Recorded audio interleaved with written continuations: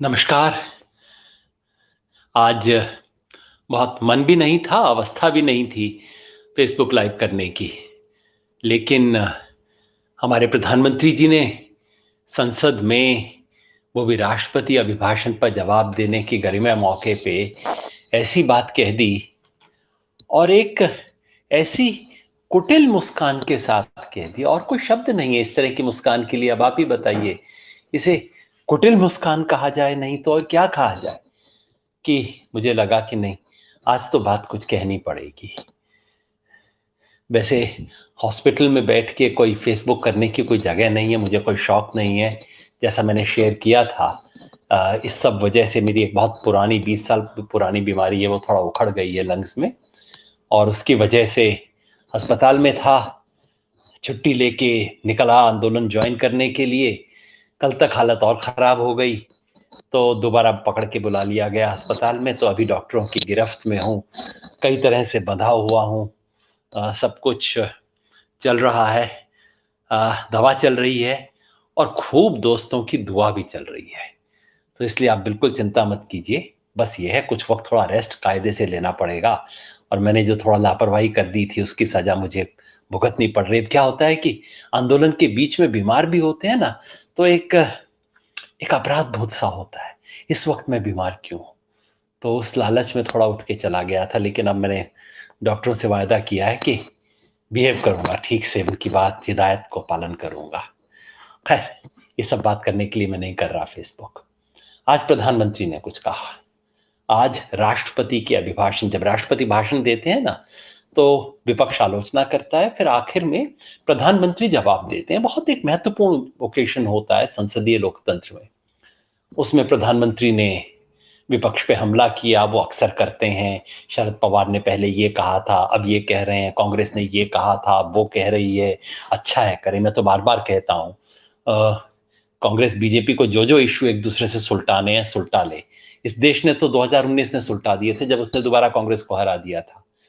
खैर, अगर आपको और इश्यूज उल्टाने, मुझे लगता है कि प्रधानमंत्री को बहुत जरूरत रहती है कांग्रेस की।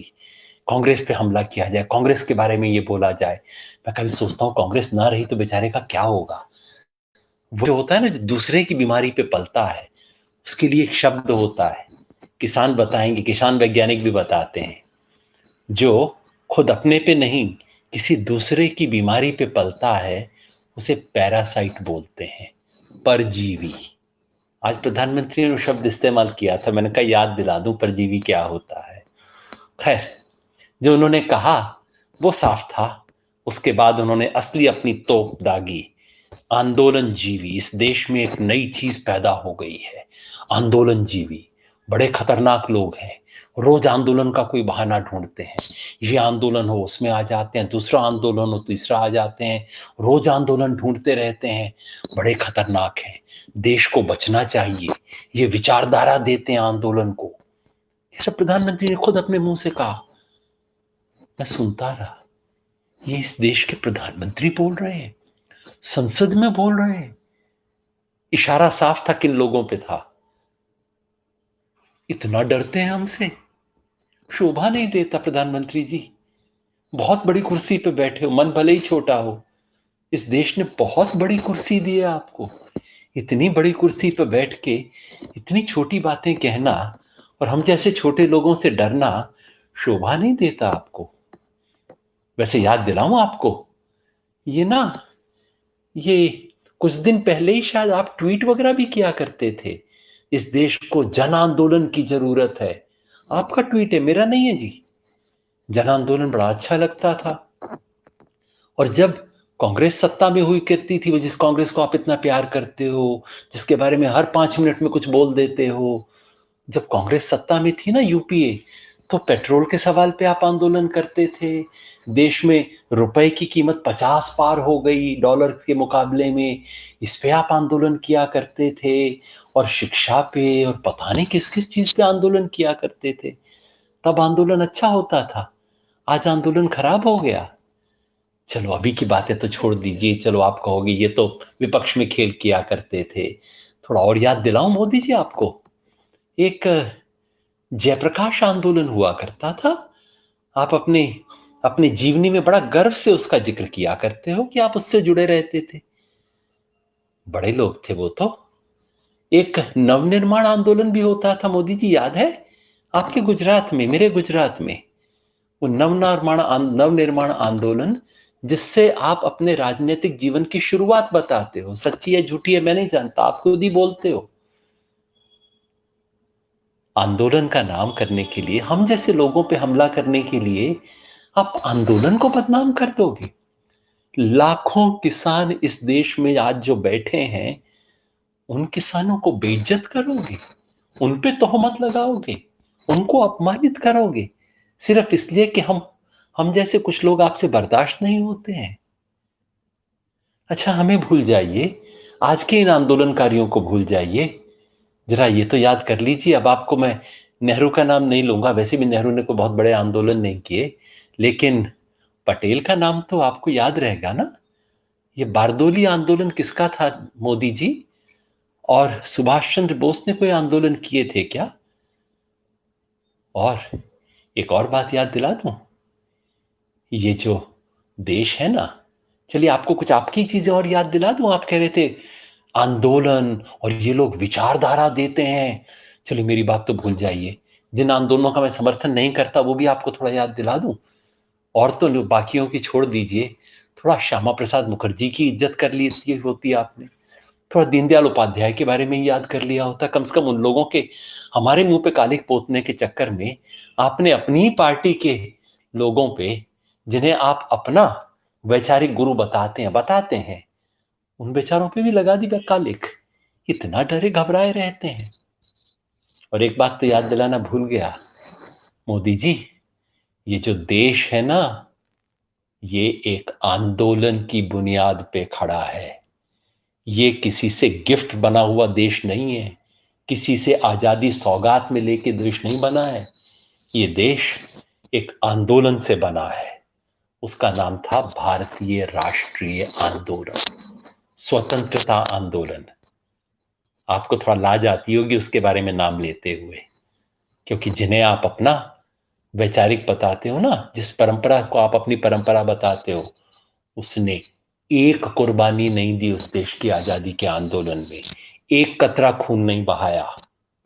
इसलिए आज बड़ी सुंदर बात आपने बोली। क्या कहा? एफडीआई से खतरा है देश को, फॉरेन डिस्ट्रक्टिव आइडियोलॉजी। हाँ Modi ji, foreign destructive ideology से। फॉरेन डिस्ट्रक्टिव आइडियोलॉजी वो है जो इस देश के राष्ट्रीय आंदोलन की महान परंपरा को जर्मनी के घटिया राष्ट्रवाद में रिड्यूस कर देती है, जो इस देश के राष्ट्रवाद को इस देश की परंपरा से नहीं देखता, जो इस देश के राष्ट्रवाद को इस देश की मिट्टी में नहीं देखता, जो इस देश के राष्ट्रवाद के लिए जर्मनी की नकल करता है ना, वो सबसे बड़ी फॉरेन डिस्ट्रक्टिव आइडियोलॉजी है। इतना डिस्ट्रक्शन किया है उसने इस देश का। सारे वक्त मोदी जी सिर्फ दुश्मन नजर आते हैं। क्या हुआ है, जब से आप प्रधानमंत्री बने हैं इस देश में दुश्मन ही दुश्मन पैदा हो गए क्या? हर रोज कोई नया दुश्मन देश को मिल जाता है। अब कल से आंदोलनकारी इस देश के दुश्मन हो जाएंगे। कभी दोस्त भी चुना करो। इतना बड़ा आपको इस देश ने ओहदा दिया है, इतना बड़ा ओहदा लेके इस देश के लिए नए दोस्त ले आते, उस ट्रंप को छोड़ के, जिसको जफ्फियां पाते रहे और उसने ऐसी तौहीन की आपकी और हिंदुस्तान की और जाते जाते पूरे दुनिया की। दुश्मन क्यों ढूंढते हैं सर? ये देश आंदोलन पे टिका है। मैं जानता हूं क्या कहेंगे आपके दोस्त, कहेंगे वो आंदोलनकारी थे। हम तो आंदोलन जीवियों की बात कर रहे हैं। हाँ, आंदोलन जीवी। मैं जानता हूं आंदोलन जीवी क्या होते हैं। एक होते हैं आंदोलन भोगी, एक होते हैं आंदोलन रोगी, एक होते हैं आंदोलन जीवी। मोदी जी गर्व से कहता हूं आंदोलन जीवी हूं। आंदोलन भोगी तो आप जानते होंगे ना, जो एक बार आंदोलन करते हैं, जिंदगी भर बैठ के उसकी मलाई चाटते हैं। एक राम जन्मभूमि आंदोलन हुआ करता था, याद है ना? आपकी फोटो अडवाणी जी के साथ आया करती थी। आजकल अडवाणी जी दिखाई नहीं देते, मोदी जी पता नहीं कहां चले गए। आंदोलन भोगी कौन होते हैं, आप पहचानते होंगे ना उन्हें, जो मलाई खाते हैं आंदोलन के नाम पे लोगों को मरवा के। फिर आंदोलन रोगी होते हैं, ये सत्ताधीश लोगों का रोग होता है। और अच्छा किया आज आपने अपनी स्पीच में कांग्रेस वालों को भी इशारा कर दिया, भैया आंदोलनकारियों के चक्कर में तुम भी मरोगे हम भी मरेंगे, दोनों मिलके ऐसा कर लो। संसद में खुले होके विपक्ष को आंख मार रहे हैं कि हाँ देखो, तुम भी आंदोलनकारियों को टाइट रखो, हम भी आंदोलनकारियों को टाइट रखेंगे। यही तो बात मैं दिन रात कहता हूं। ये कोई कांग्रेस बीजेपी का खेल नहीं है, ये सत्ता बनाम किसान का खेल है। सत्ता के खिलाफ किसान है, ये आंदोलन किसी विपक्ष का नहीं है। अच्छा हुआ इस बात को आपने कबूल कर लिया कि तमाम संसद के अंदर पक्ष विपक्ष एक साथ है आपकी निगाह में। अच्छा हुआ आपने इस बात को मान लिया। ये तो सत्ता बनाम किसान का संघर्ष है जिसमें खड़े हैं। तो ये सब आंदोलन रोगी हैं। मैंने बताया ना, आंदोलन भोगी और फिर कुछ आंदोलन रोगी, जिनको रोज रात को सपना आता है हाय आंदोलन ना हो जाए। क्योंकि जिसे सच से डर लगता है उसे आंदोलन से डर लगता है, जिसे परिवर्तन से डर लगता है उसे आंदोलन से डर लगता है, जिसे भविष्य से डर लगता है उसे आंदोलन से डर लगता है। और फिर होते हैं मोदी जी आंदोलन जीवी, जो आंदोलन भोगते नहीं है, आंदोलन से भागते नहीं है, जो आंदोलन को जीते हैं, अपना हर क्षण जीते हैं। आंदोलन के आंदोलन की आशा को, आंदोलन की आशंका को, आंदोलन के सच को जीते हैं, आंदोलन के सपनों को जीते हैं।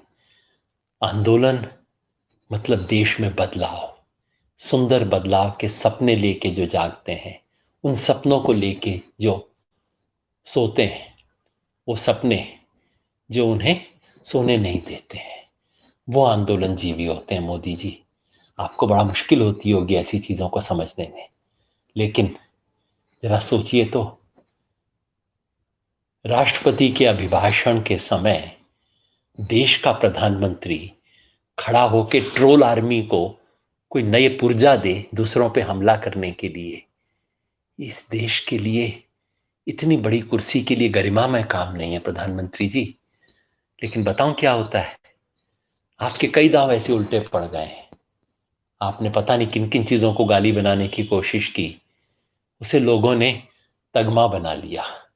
हो सकता है कल सुबह तक आंदोलन जीवी भी एक तमगा बन जाए, एक मेडल बन जाए, जो लोग एक बेहतर सुंदर हिंदुस्तान का सपना देखते हैं, वो लोग अपने आप को आंदोलन जीवी कहना शुरू कर दें। करेंगे ना? कम से कम बाकियों को तो कह नहीं सकता, आपने मेरे को जरूर एक नाम भी दे दिया है और इस बीमारी में छोटा सा स्टेरॉइड का इंजेक्शन भी दे दिया है। Thank you Modi ji, thank you.